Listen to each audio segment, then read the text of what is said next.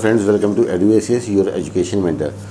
सो friends, देखते हैं last 24 hours के अंदर नीट यूजी के अंदर क्या नया हुआ है। फ़िलहाल अभी स्टूडेंट्स बहुत ही ईगरली अपने रिज़ल्ट के लिए वेट कर रहे थे और आगे फर्दर काउंसलिंग एक्टिविटी के लिए जाना चाह रहे थे। बट कल शाम की जो लेटेस्ट नोटिस है NTA की, उससे रिज़ल्ट को और ज़्यादा पोस्टपोन अभी कर दिया गया, एक तरह से हम समझ सकते हैं। बिकॉज़ अभी जो फेज़ 2 था हमारा रजिस्ट्रेशन का, उसकी टाइम लिमिट को एक्सटेंड कर दिया। आप में से काफ़ी लोग को पहले से ये न्यूज़ मिल चुकी होगी कि अब 21 से लेकर 26 अक्टूबर तक इसको एक्सटेंड कर दिया गया है। तो ऑलमोस्ट काफ़ी बच्चों ने पहले अपना फेज़ 2 कंप्लीट कर लिया था, बट जैसे NTA ने बोला है कि कुछ लोगों से कुछ मिस्टेक हो गई है और उन्होंने फिर से टाइम मांगा है। सो इसके लिए 26 तक दोबारा से फेज़ 2 में एडिटिंग होगी।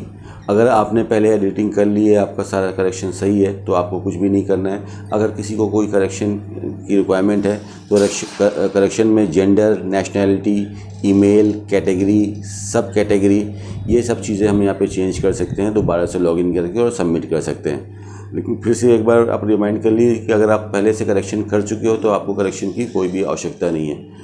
और फिलहाल अब यहाँ से ये चीज़ समझा जा सकता है कि अब जो नीट का जो रिज़ल्ट है वो कहीं ना कहीं 26 तारीख के बाद ही देखने को आपको मिलेगा। लेटेस्ट एक्टिविटीज़ को देखते हैं तो महाराष्ट्र में मुंबई हाई कोर्ट में एक नोटिफिकेशन के थ्रू NTA को बोला था कि आपका जो नीट का एग्ज़ाम है इसको रीनीट कराइए, दोबारा से एग्ज़ाम को कंडक्ट कराइए, बिकॉज काफ़ी स्टूडेंट्स की इसके रिगार्डिंग कंप्लेन थी। तो ये सब चीज़ें नीट की जर्नी में बहुत सी कॉमन है।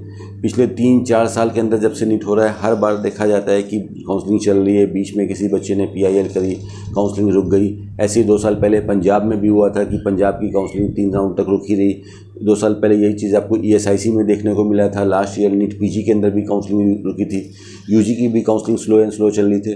तो लास्ट 2 साल का अगर आप रिकॉर्ड उठा के देखते हो तो आफ्टर लॉकडाउन के बाद तो ये काफ़ी कॉमन सी चीज़ हो गई है इंडिया में कि एक फ़्लो में चीज़ें नहीं चलती हैं। तो इसके लिए ज़्यादा नर्वस होने की बात नहीं है, बस थोड़ा सा हौसला बनाए रखिए, थोड़ा सा पेशेंस दिखाते रहिए और होपफुली जल्दी आपको अपना रिज़ल्ट देखने को मिल जाएगा। May be by the last day of this month, इस महीने के लास्ट तक आपको मिल सकता है रिज़ल्ट देखने के बाद, और उसके बाद फिर आपकी काउंसलिंग एक्टिविटीज स्टार्ट हो सकती है। नीट PG वाले स्टूडेंट्स भी इस बार वेट कर रहे हैं, उनका रिज़ल्ट आ चुका है लेकिन उनकी भी काउंसलिंग एक स्टॉप हो गई है एक PIL की वजह से।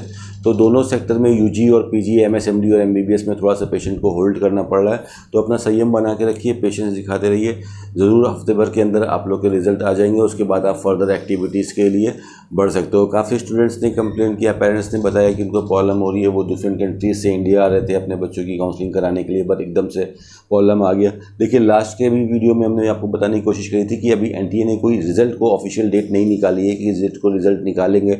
सभी लोग अपने हिसाब से एक अंदाज़ा लगा रहे हैं कि कब तक रिज़ल्ट आ सकता है, बट कल की एक्टिविटी से ये चीज़ श्योर हो गई है कि अब जो रिज़ल्ट है that will come after 26, most probably 26 तारीख के बाद ही आना चाहिए।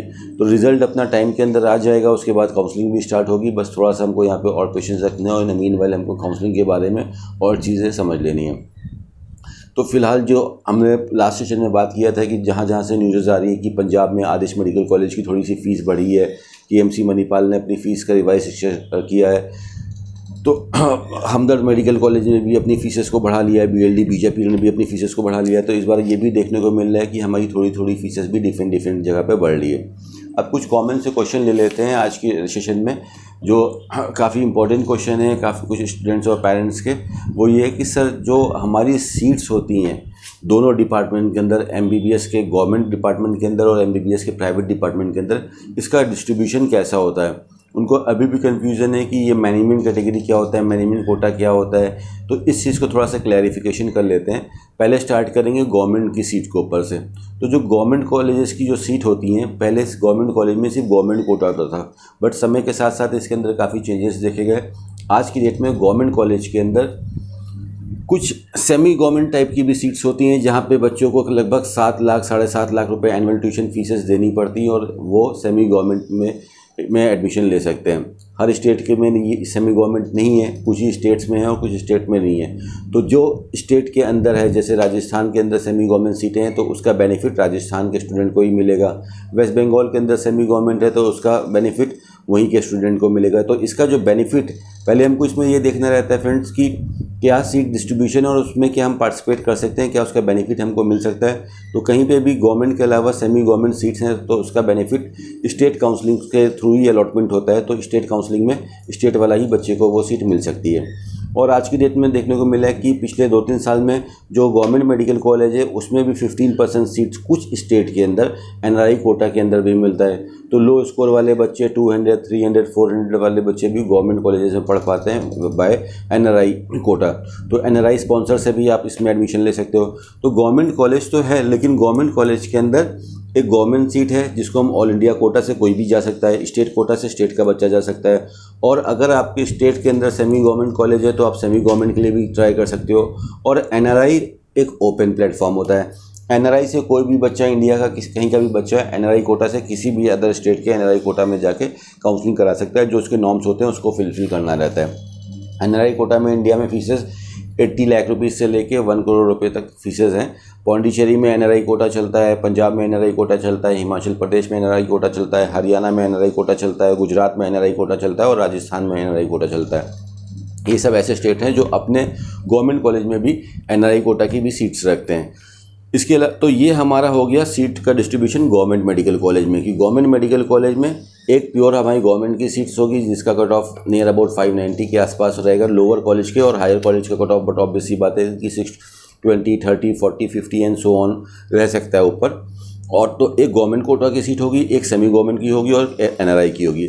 सेकेंड, अब मूव कर लेते हैं प्राइवेट कॉलेज की सीट का डिस्ट्रीब्यूशन कैसे होता है, कैसे इसको अलग अलग सेगमेंट में सीट्स को डिस्ट्रीब्यूट किया जाता है। तो प्राइवेट में जो सेंट्रल वाली जो प्राइवेट कॉलेज हैं, जैसे कि जो हमारी डीम्ड यूनिवर्सिटी हैं, इसमें सिर्फ 2 टाइप की सीट्स होती हैं। 85% मैनेजमेंट कोटा यानी कि प्राइवेट फीस, और 15% एनआरआई कोटा। एनआरआई कोटा में जो एनआरआई स्पॉन्सर है वो एनआरआई फीस दे के उन कॉलेजेस में पढ़ सकता है। अब मैनेजमेंट कोटा के लिए भी कुछ क्वेश्चंस आए थे, कुछ पेरेंट्स को नहीं समझ में आ रहा है कि सर मैनेजमेंट कोटा क्या होता है, कि हमको मैनेजमेंट से बात करना पड़ता है एडमिशन लेने के लिए। देखिए, जो प्राइवेट कॉलेज की फ़ीस है उस फीस का जो वर्ड इस्तेमाल करते हैं, जो शब्द का प्रयोग किया जाता है उसको बोलते हैं मैनेजमेंट। इसका ये कोई मतलब नहीं है कि आपको कॉलेज के एडमिनिस्ट्रेशन या मैनेजमेंट से कांटेक्ट करना है एडमिशन लेने के लिए। उस कैटेगरी को, प्राइवेट कॉलेज की फ़ीस को जो आज की डेज में हम मैनेजमेंट फीसेस ही बोलते हैं, तो वो नॉर्मल फीसेस होती हैं और 100% मेरिट के थ्रू अलॉटमेंट होगा। जो आपकी ऑल इंडिया रैंक रहेगी उसके बेसिस पे आपको कॉलेज का अलॉटमेंट रहेगा, कॉलेज की कैटेगरी और उसकी ट्यूशन फीसेस को देखते हुए। So there is nothing like management over there. Private college की फीसेस को ही, जिसको हम पहले सेल्फ फाइनेंस बोलते थे, बाद में प्राइवेट बोलते थे, आज की डेट में इसको मैनेजमेंट फीसेस बोलते हैं। और उन्हीं कॉलेज में डीन में 15% सीट एनआरआई की होती हैं। अब तो ये तो हो गया हमारा सेंट्रल गवर्नमेंट वाली सीट्स। इसके बाद जो हर स्टेट के जो प्राइवेट मेडिकल कॉलेज होंगे उसके अलग अलग नॉर्म्स होते हैं। जैसे कि उत्तर प्रदेश को ले लिए, ये 100% ओपन टू ऑल है, यानी कि पूरे इंडिया में कोई भी आओ यहाँ पे काउंसलिंग कराओ, कोई रिजर्वेशन नहीं है, सबके लिए ओपन है। 100% यहाँ पे मेरिट से सीट मिलेगी, जिसके नंबर ज़्यादा होंगे उसको वो सीट मिल जाएगी। बाकी इसी तरह से हर स्टेट के अलग अलग नॉर्म होते हैं। कुछ स्टेट जैसे कि महाराष्ट्र हो गया, गुजरात हो गया, उड़ीसा हो गया, सिर्फ अपने स्टेट के स्टूडेंट के साथ ही काउंसलिंग करता है, रेस्ट ऑफ इंडिया को अलाउ नहीं करता है। कुछ स्टेट एनआरआई सीट के लिए बाहर वालों को अलाउ करते हैं, जैसे कि हमारा मध्य प्रदेश हो गया और पंजाब हो गया, वो सिर्फ एनआरआई सीट्स के लिए, जो एनआरआई फीसेस पे जो सीट्स अवेलेबल होती हैं उसके रेस्ट ऑफ इंडिया को अलाउ करते हैं। और कुछ स्टेट पार्शियल ओपन होते हैं, जैसे कि हिमाचल प्रदेश हो गया, तेलंगाना हो गया, हमारा उत्तराखंड हो गया। ये सब स्टेट्स ऐसे होते हैं कि 50% सीट्स उन्होंने रिजर्व कर दी अपने स्टेट के लिए और 50% सीट्स ओपन कर दी अदर स्टेट के लिए। तो जो होम स्टेट वाले, डोमिसाइल के स्टेट वाले बच्चों के लिए सीटें हैं उस पर रिजर्वेशन भी एप्लीकेबल होते हैं, SC, ST, OBC। बट जो ऑल इंडिया कोटा की सीट्स होती हैं प्राइवेट में, ठीक है, जो मैनेजमेंट की सीट्स होती हैं वो उसमें सब बच्चे एज ए जनरल काउंट होते हैं, उसमें कोई रिजर्वेशन नहीं होता है और उस पर हर बच्चा क्लेम कर सकता है। तो ये सीट मैट्रिक्स का जो डिस्ट्रीब्यूशन है, एक्चुअली इसमें आप देखोगे तो हर स्टेट की ऑलमोस्ट रूल्स अलग हैं। वेस्ट बंगाल का रूल अलग है, प्राइवेट कॉलेज के अंदर गवर्नमेंट की भी सीटें होती हैं प्लस मैनेजमेंट कोटा की भी सीटें होती हैं। तो इसको आपको 1 to 1 स्टडी करना पड़ेगा। इसमें एडुएसएस के स्टेट वाइज सारे स्टेट के वीडियोस हैं, आप उसको देख सकते हो। उसमें अच्छे से आपका डिस्क्रिप्शन बताया गया है कि किस स्टेट में कैसे रहता है, और आप हमारी वेबसाइट पर जाके भी सारे कट ऑफ की PDF डाउनलोड कर सकते हो, अभी भी अवेलेबल है वहाँ पे। उसमें भी हमने आपको मेंशन करके रखा है कि कहाँ पे कौन सी का कोटा लग रहा है। तो इसमें आप किसी भी स्टेट के अंदर इंटर कर रहे हो तो आपको अपनी एलिजिबिलिटी चेक करनी पड़ती है। प्राइवेट में हम इस तरह से उस सीट को क्लेम करके लेंगे, ठीक है। तो इस तरह से सीट डिस्ट्रीब्यूशन का होती है गवर्नमेंट कॉलेज में और प्राइवेट मेडिकल कॉलेज में, जिसको स्टूडेंट को देखना है। और मेन चीज़ ये देखना रहता है हमको, अपने लिए ये समझना रहता है इंडिविजुअल पॉइंट ऑफ व्यू से हर स्टूडेंट को, कि क्या हम किस कैटेगरी में अप्लाई कर सकते हैं। मेरा स्कोर 300 आ रहा है, 400 आया है, 500 आया है, 550 आया है। So what are the options available for me. मैं डीम्ड में जा सकता हूँ तो कैसे जा सकता हूँ, मैं NRI का बेनिफिट ले सकता हूँ तो मैं कैसे ले सकता हूँ, और अपने स्टेट के अलावा मैं अदर कौन से स्टेट में जा सकता हूँ। पहले इस तरह से आप ऑप्शंस निकालो, आप देख लो आपकी एलिजिबिलिटी कहाँ कहाँ पे बनती है, और उसके बाद अपने स्कोर को मैच करके देखो कि आपके स्कोर पे कहाँ कहाँ पे सीट अवेलेबल हो सकती है। उसके बाद आप कॉलेज के पैकेजेस को देखो कि कहाँ पे क्या कॉस्ट ऑफ एजुकेशन आ रहा है। फिर अपने एजुकेशन क्वालिटी को देखिए कि कहाँ की एजुकेशन क्वालिटी सबसे बेस्ट है। इसमें फ़िल्टर करने के बाद बेस्ट 2-3 ऑप्शन निकाल लो, और फिर आप वहीं पे जाके काउंसलिंग कराओ, आपको आसानी से सीट मिल जाएगी। बहुत सारा डेटा है, हम सब लोग को सुनते हैं, लेकिन उस डेटा का इस्तेमाल कैसे करना है, उसको फ़िल्टर कैसे करना है, उसको कंक्लूड कैसे करना है, काउंसलिंग उससे कैसे करनी है, ये भी बहुत ज़्यादा इंपॉर्टेंट होता है। इस तरह से देखना है।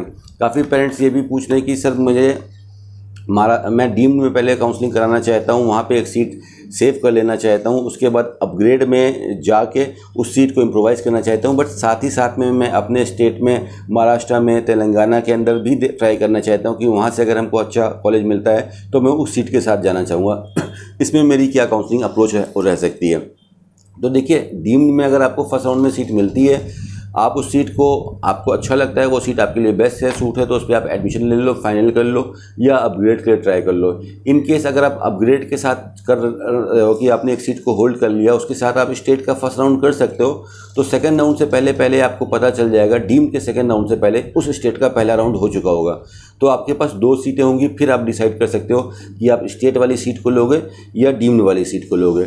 वहीं पे आपको डिसीजन लेना है, और ज़्यादा डेप्थ में सेकंड राउंड तक नहीं जा सकते हो, बिकॉज सेकंड राउंड में आपको एक ही काउंसलिंग में जा सकते हो, ठीक है। फर्स्ट राउंड में हम अपना स्टेट भी मैनेज कर सकते हैं या कोई अदर स्टेट भी मैनेज कर सकते हैं, और साथ में डीम कर सकते हैं। दोनों जगह से एक एक सीट उठा के देख सकते हैं, what is the better seat, उसको कंक्लूड करके वहाँ पे कंटिन्यू कर सकते हैं। बट सेकंड राउंड में आप 2 जगह की सीट को होल्ड नहीं कर सकते, तो एक जगह की सीट को छोड़ना पड़ेगा और दूसरी सीट के साथ आप फॉरवर्ड करना पड़ेगा। ये सब कुछ बारीक सी चीज़ होती हैं जिसका आप काउंसलिंग में ध्यान रखें, जिससे आपकी काउंसलिंग काफ़ी बेटर हो सकती है फ्रेंड्स। तो फिलहाल ये कुछ चीज़ें थी। अगले सेशंस में और भी आपको काउंसलिंग के बारे में डेप्थ नॉलेज देंगे, जिससे आपकी काउंसलिंग और स्मूथ हो सके और बिना कोई गलती से आप बेस्ट से बेस्ट अलॉटमेंट ले सके। और जो भी लेटेस्ट अपडेट आते हैं, लास्ट मोमेंट चेंजेस होते हैं इस बार फीसेस में, रूल्स एंड रेगुलेशन में, उसको भी आपको समझाने की पूरी कोशिश करी जाएगी इस एडुएसएस के प्लेटफॉर्म से। फिलहाल के लिए स्टूडेंट्स को थोड़ा सा अपना पेशेंस बना के रखना है, कॉन्फिडेंट रहना है। एग्ज़ाम दिया है, रिजल्ट आना ही आना है। माइंड में बहुत सारे क्वेश्चन आ रहे हैं, बहुत सारी न्यूज़ देके ज़्यादा से ज़्यादा नीट होगा, दोबारा नहीं होगा। बिल्कुल रिलैक्स है, टाइम के साथ आपके सामने रिजल्ट आ जाएगा विदिन अ वीक। आप लोग का मोस्ट प्रॉब्ली उसके बाद नोटिफिकेशन आ जाना चाहिए। पहले के टाइम में NTA रीज़न देता था कि रिज़ल्ट अगर लेट हो रहा है तो कैसे हो रहा है कि दिल्ली हाई कोर्ट में एक PIL लगाई गई है, पंजाब एक हाई कोर्ट में एक PIL लगाई गई है, मद्रास हाई कोर्ट के अंदर एक PIL लगाई है। इस रीज़न से काउंसलिंग को पोस्टपोन किया जा रहा है, रिजल्ट को पोस्टपोन किया जा रहा है। इस बार कोई क्लियर रीज़न तो नहीं दिया है, बट फिलहाल अभी हम वेट कर सकते हैं। पॉजिटिव अपना एटीट्यूड बना के रखिए, जिससे कि आपकी आगे की जर्नी और स्मूथ है फ्रेंड्स। तब तक के लिए thank you so much for giving your valuable time. मिलते हैं अगले सेशन में और अच्छी इन्फॉर्मेशन के साथ friends. Thank you so much.